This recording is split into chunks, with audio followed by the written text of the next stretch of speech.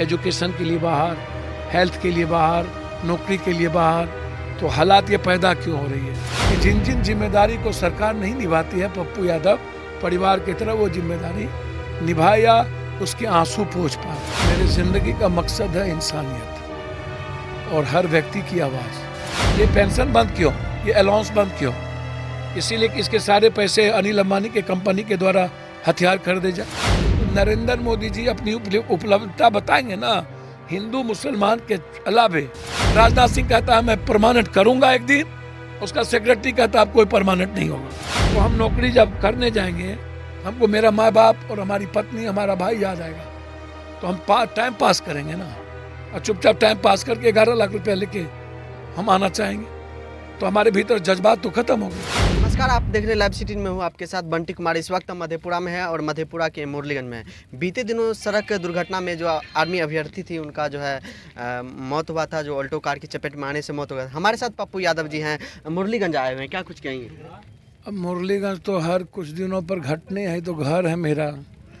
अभी एक मर्डर हो गई थी, फिर परमानपुर में मर्डर हुआ। न्याय के लिए हमने प्रयास किया कि वहाँ न्याय मिले, और उसी तरीके से लगातार कुछ न कुछ घटना, और फिर ये 2 मौत। ये दुखद है, दोनों गरीब परिवार।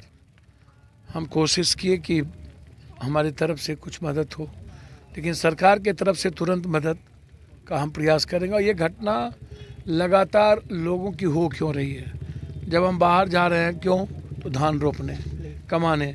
बिहार में रोजगार नहीं, 1 करोड़ 33 लाख पलायन हो गया। तो जब 1 करोड़ 33 लाख पलायन हो गया और कोई सुनता नहीं, सालाना पलायन होता है। 30 साल 35 सालों से कोई मजदूर और आम आदमी किस तरह बाहर जाते हैं, इस पर कोई सवाल, कोई मुद्दा नहीं बनता। एजुकेशन के लिए बाहर, हेल्थ के लिए बाहर, नौकरी के लिए बाहर, तो हालात ये पैदा क्यों हो रही है?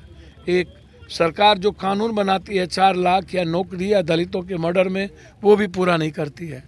तो हम कोशिश करते हैं कि जिन जिन जिम्मेदारी को सरकार नहीं निभाती है, पप्पू यादव परिवार की तरह वो जिम्मेदारी निभाए या उसके आंसू पोंछ पाए। तो यहाँ तो मेरा घर है, मैंने कोशिश की, और मैं अभी ही SDO से DM से बात करूँगा, और दोनों परिवार को 4-4 लाख रुपया तुरंत मिले, यह मैं इसको सुनिश्चित करूँ। आर्मी अभ्यर्थी भी थे और लगातार जो है जो देश में चल रहा है अगिन पथ स्कीम को लेकर के जो है, लेकिन आप भी चर्चे में हैं। क्या पप्पू यादव फिर से जेल जाना चाहेंगे? आप लीजिए, हम तो समझे में नहीं आता है। हम तो सुबह निकलते हैं मरने की तैयारी में। जिसको जितनी ताकत है लगा ले। जिसको मेरे ज़िंदगी का मकसद है इंसानियत और हर व्यक्ति की आवाज़। तुम सिस्टम को कोलैप्स करोगे और इंसानियत को मारोगे, तो वहाँ हम होंगे। वो मेरी जिम्मेदारी है। कोरोना में आपने हमें जेल भेजा, हमारी जिम्मेदारी थी 34 करोड़ रुपया हर मजदूरों तक पहुँचाना, हमने पहुँचाया। हमारी जिम्मेदारी थी एक एक बिहारी को लेकर के, चाहे कोटा से बच्चों को लाऊं, चाहे पैदल लाऊं, मैं लाया। मेरी जिम्मेदारी थी लॉकडाउन के बाद लोगों के बीच रहना, हम रहे। मेरी जिम्मेदारी थी पटना के लोगों को बाढ़ में बचाना, हमने बचाया। हम एक पुत्रवत, हम ह्यूमैनिटी से बाहर नहीं जा सकते। हमारी इंसानियत क्या कहती है? हमको हम आए क्यों है, हमारी भूमिका क्या है? तो इसीलिए वो छोड़ दीजिए आप, कौन चर्चे में है। सवाल है कि नरेंद्र मोदी जी 8 साल हो गया, तो 8 साल हो गया तो सेना 4 साल, तो प्रधानमंत्री और मुख्यमंत्री 8 साल, कानून बना लो। और MLA MP मंत्री संतरी का पेंशन बंद कर दो। कोई रेलवे फैसिलिटीज़ नहीं, जो चुनाव हार जाए उसको क्यों? ये पेंशन बंद क्यों, ये अलाउंस बंद क्यों? इसीलिए कि इसके सारे पैसे अनिल अंबानी के कंपनी के द्वारा हथियार खरीदे जाए। 6 महीना पहले अनिल अंबानी वही है जिसका कंपनी नीलामी हो चुकी थी, और नए कंपनी बना करके रिफेल का टेंडर मिल गया, और अब ये टेंडर मिल रहा है। तो ये कानून बना कौन रहा है? अदानी, महेंद्रा, अनिल अंबानी कौन? ये जब नोटबंदी आई, उसमें पूरी दुनिया ने इसको गलत ठहराया। ये कह रहा है कि गलत लोग हैं, सरकार का विपक्ष की भूमिका बात करता है।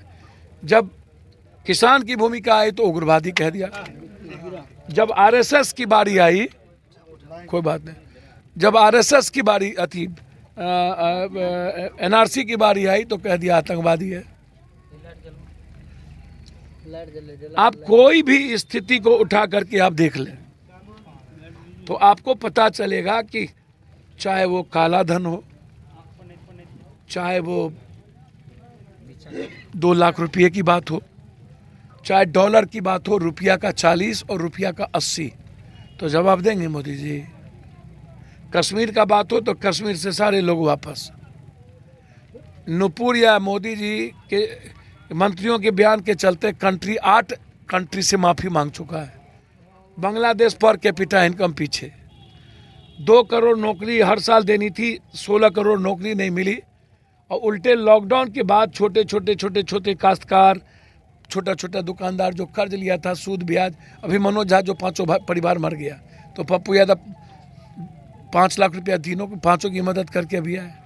तो आपके पॉलिसी के चलते लोग मर रहे हैं, आपके पॉलिसी के चलते किसान मरे, आपके पॉलिसी के चलते एनआरसी में समाज टूटने की नौबत थी, आपकी पॉलिसी के चलते कश्मीर गई, आपका एमएसपी कानून क्या हुआ उसको आप नहीं देख रहे हैं। तो आप हमको जब आप जो बात कहे हैं उनसे आप वो पूछिए। आपने कहा 1 नेशन 1 रैंक एंड 1 कमीशन, क्या हुआ? अटल जी आए तो पुराना कमीशन को बंद कर दिया, आप आए तो प्रेजेंट के पेंशन को बंद कर दिया। अटल जी पुराना, अब लड़ाई हुई है तो पेंशन फिर से लागू हुआ है। कांग्रेस आई तो लागू करने का प्रयास किया, अभी 2 स्टेट में हुआ। ये बताएंगे ना कि 1 टैक्स का, 1 इलेक्शन का, 1 एजुकेशन एंड हेल्थ का, 1 पेंशन का, सब कुछ में ये फेल्योर करते गए। नौकरी भी इन्होंने नहीं मिली, 34 करोड़ रोजगार भी हो गया इस कंट्री में। तो नरेंद्र मोदी जी अपनी उपलब्धता बताएंगे ना। हिंदू मुसलमान के अलावे अब भूमियार बावन, राजपूत, तेली, शाह, चौधरी, पासवान, राम, राजनीतिक व्यक्ति, इसके अलावे कभी यूथ पर, कभी रोजगार पर, कभी फार्मर्स पर और मजदूरी पर काम हुई है इस गवर्नमेंट ने? कोई गवर्नमेंट ने किया है? कभी पॉलिसी, हमारी बैंकिंग पॉलिसी सही रही? जनधन योजना क्या हुआ? मुद्रा योजना क्या हुआ? स्किल क्या हुआ? कोरोना के पहले 1200-1300 रेल बंद हुआ था, वो रेल अभी तक नहीं चली, और स्टेशन पर रेल रुकता ही नहीं है। हम 8 रेल लाए थे, अभी 2 रेल बंद हो गए, हम सफर बंद हो गया। एक सिर्फ जनहित और वैशाली चल रही है, एक और रेल बंद हो गई। तो आप रेलवे में नौकरी गायब, बैंकिंग गायब, प्राइवेट लोग हमको निकाल दिए।